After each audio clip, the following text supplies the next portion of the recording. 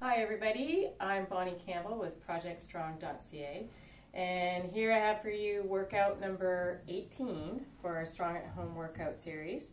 Today we're going to do a little bit more single leg balance work. I got a lot of good feedback on the balance work we did last time, and it also leads us into a bit of our golf season and the work we need to be focusing in on with golf.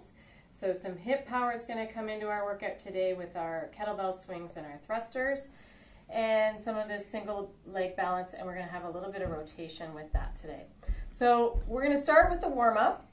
So our warm-up is going to start with 10 toe taps. So find a target, whatever you would like as a target. In our workout today, I'm going to have you go to a fairly high target. So I have my step or box set up here as my high target for my warm-up. You don't have to start high on your warm-up, but find something that you can use for a target, and we're just going to do 10 toe taps. So remember, those toe taps can be fast or slow. You can also hop them if you choose to, whatever is right for you, okay? 10 toe taps. Then we're going to go to 10 squats. So nice tall spine, tight belly, ribs over hips, hips go back, chest stays up, arms can go out for counterbalance, knees go out, and we're working through our depth, whatever that depth is for you, and we're going to do 10 of these. So once you've completed 10, we're going to move into some of our hinging warm-up and our golf warm-up. So these are good warm-ups that we're going to do that would be ideal for you to do just before you were about to play a round of golf. So 10 squats, and now we're going to go to 5 hinge and reach. Now we're going to take a PVC pipe. You can use a golf club.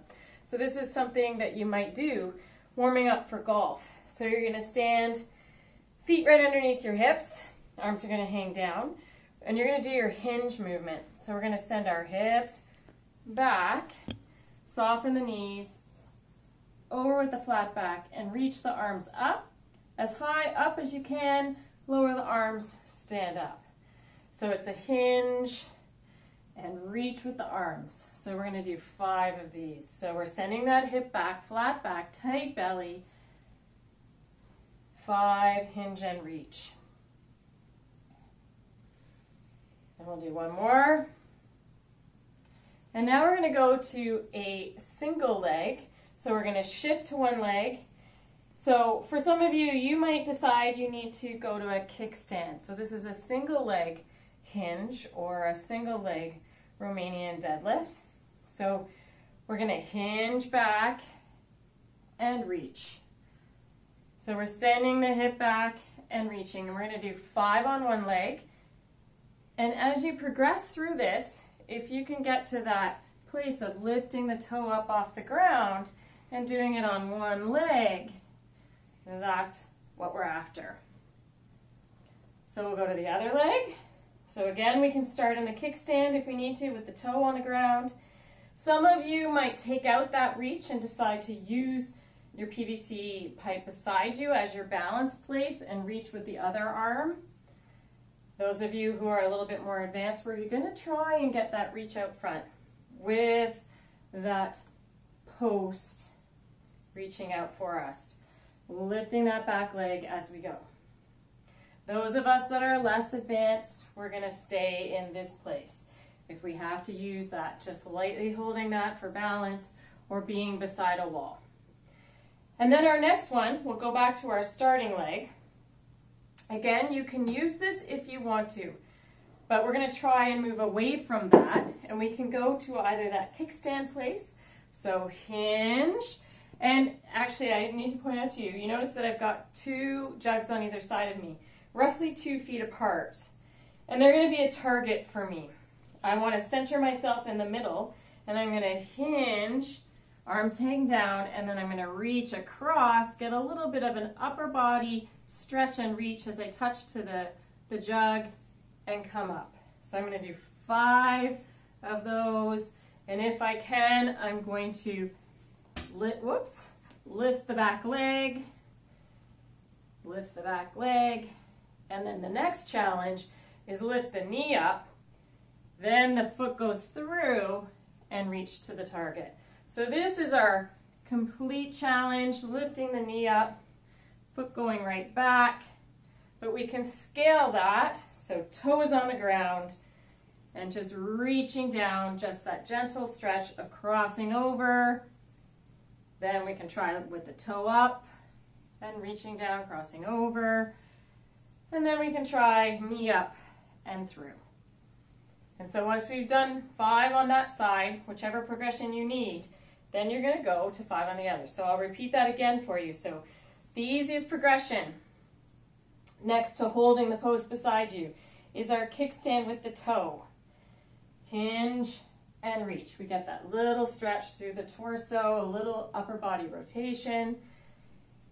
If that's okay, then we lift the toe. So that leg is pivoting back and forth. Ha! And if you're okay with that, then we lift the knee. Whoops. So I'm going to try that again. Lift the knee. Leg goes straight back and through. You can tell this is my weak leg for balance. And up and through. Okay? So that's your warm-up for today. And up next, we've got our strength work.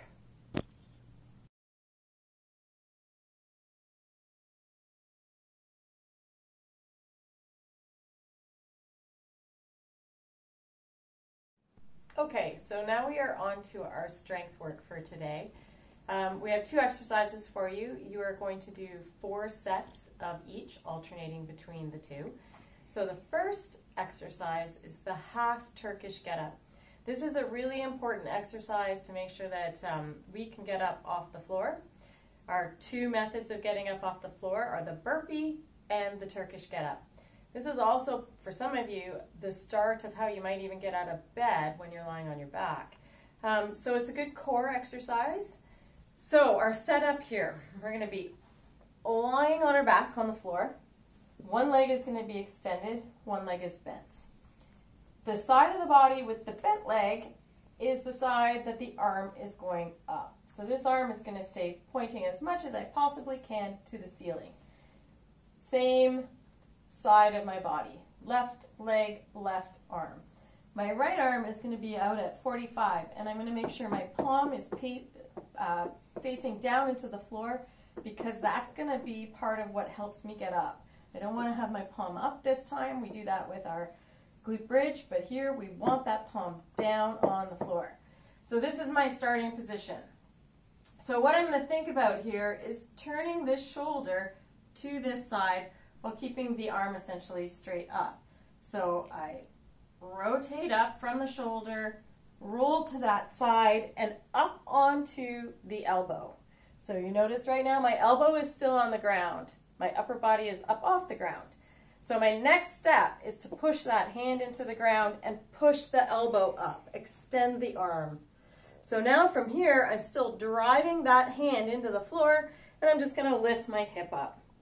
Then I'm going to lower my hip down. I lower my elbow to the floor. Then I roll, keeping my belly down, back down to the floor. And I'm going to do 3 of these. So again, rotate that shoulder, up onto the elbow, press the hand into the floor to extend the arm, lift the hip, drop down, roll down to the elbow, rolling all the way back, keeping that belly down.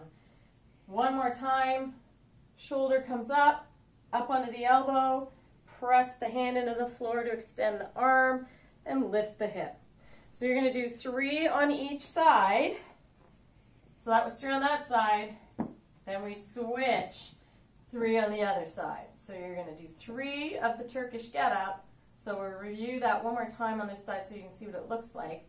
So I start by lifting that shoulder up off the ground, rolling towards my other shoulder, onto my elbow, palm down on the floor, extend the arm, elbows off the floor, lift the hip, lower the hip, and roll back. So that is our Turkish get-up, 3 on each side. We're going to alternate that with weighted step-ups. So I've got my step, and today I'm going to use 2 jugs. So I'm going to hinge down to pick up 2 jugs in each hand. Make sure my belly is tight, my spine is tall, my shoulders are relaxed down. I'm not forcing them down. They're just relaxed down and wide. So a nice proud chest. I'm going to put 1 foot up on the box or on the stair. So you could do this on your staircase. And I'm going to think about driving through the foot that's on the box. That's my working leg. The foot that's on the floor, I'm going to think about lifting the toe up.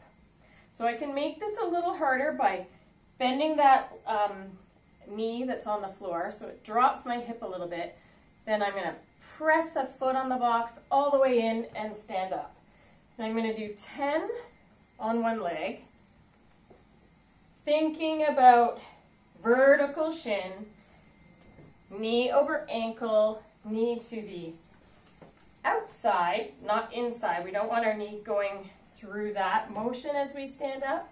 We want to keep that knee out as we stand up. So we're doing 10.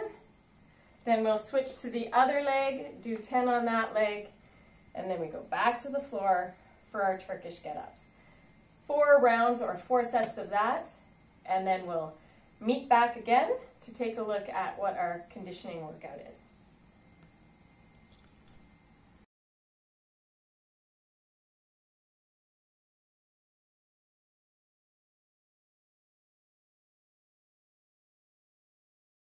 Okay, so now we are moving on to our conditioning workout. So this is where we're going to be moving at a steady pace with very little rest between your exercises. So nice steady pace. If you need to rest, take a rest, but make it short, get a quick drink, and moving right back at maintaining that nice steady pace. So our rep scheme is 20, 15, 10. So you'll have a list of exercises. You'll go through that list first and do 20 reps. Then the next time you go through it and you do 15 reps of each. And then the third time through, you do 5 reps of each. So our exercises that we're going to be working on are our toe taps, and we're going to a high target. So I want to see a nice high knee on those toe taps.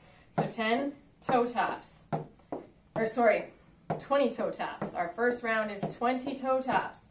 And then we move on to our sumo deadlift, and we're going to use our jug today because we're going to have a nice flow from one movement to the next.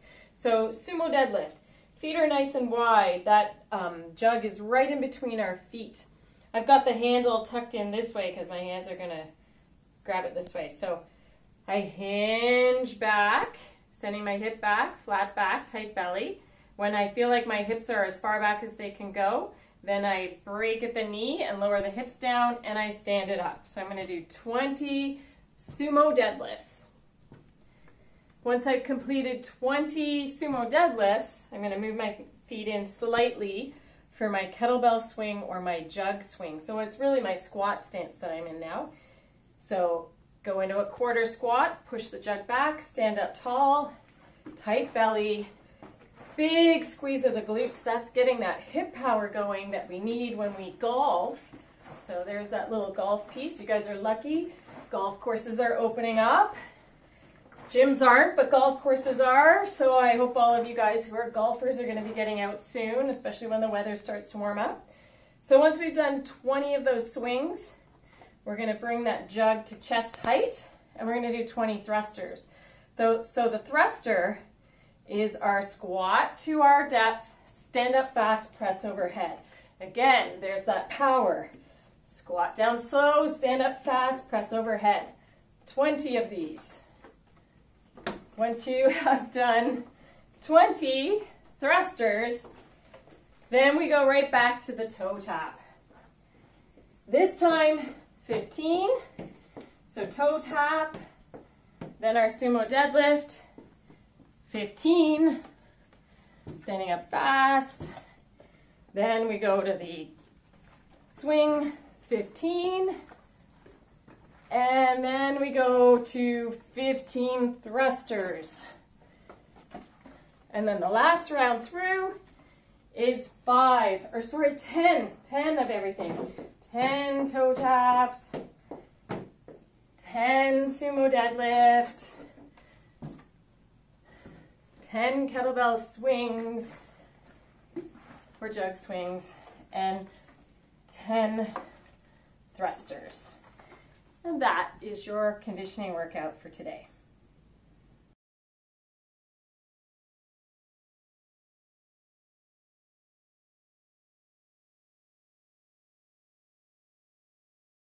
Okay, so the last piece that I have for you today is a bit of a mobility, and it's a thoracic mobility exercise. It's very subtle, and it's really also a nice relaxation thing to think about. It's a good thing to do every night when you climb into bed, but we can do this now today. So we're going to be lying on our back in a nice comfortable position. I like to lie with my feet up because it just takes any pressure off my low back.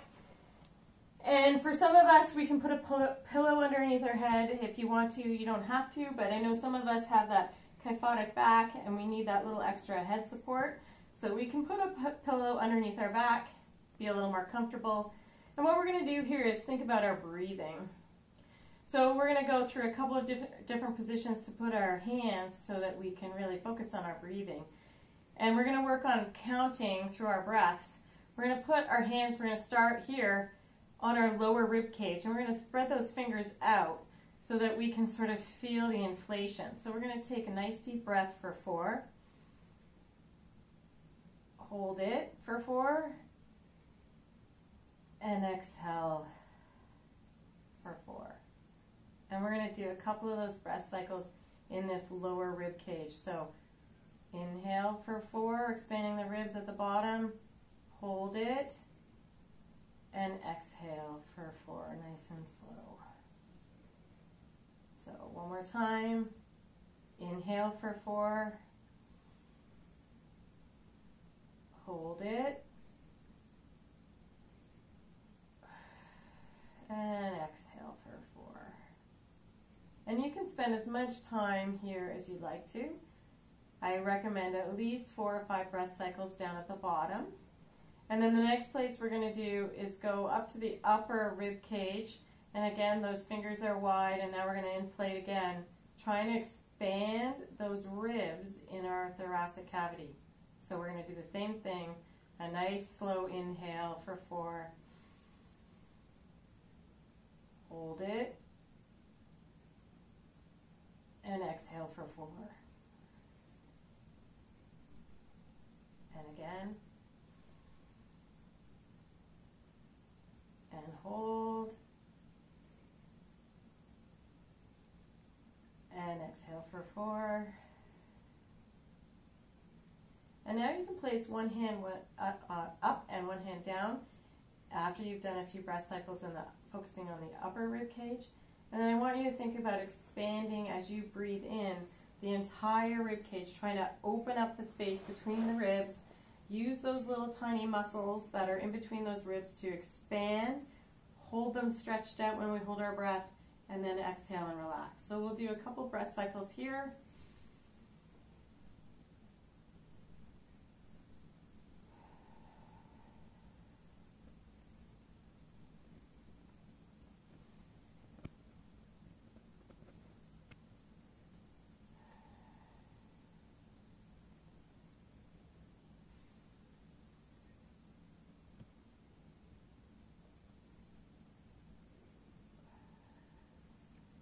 And then you can just go to the palm out position and just spend as much time here as you like, focusing on those deep breaths, taking your time breathing in, taking your time to hold it in, and exhale. And just take your time, spend as much time as you like, but remember when we go to get up, let's take our time. So what I like to encourage you to do is we can roll over onto one side, prop ourselves halfway up onto our elbow. Because remember, after we've had our heart rate up and done all that extraneous work, and then we've come down to the floor and we've gotten nice and relaxed, if we move too quickly here, we're very likely to get dizzy. And we want to take our time getting up. So we pause halfway up. We can prop ourselves again a little bit more, so we're a little bit more upright. Make sure if you get any dizzy feeling, you wait for that to pass. Just take your time before you come to stand. And that's it for today, and we'll see you next time.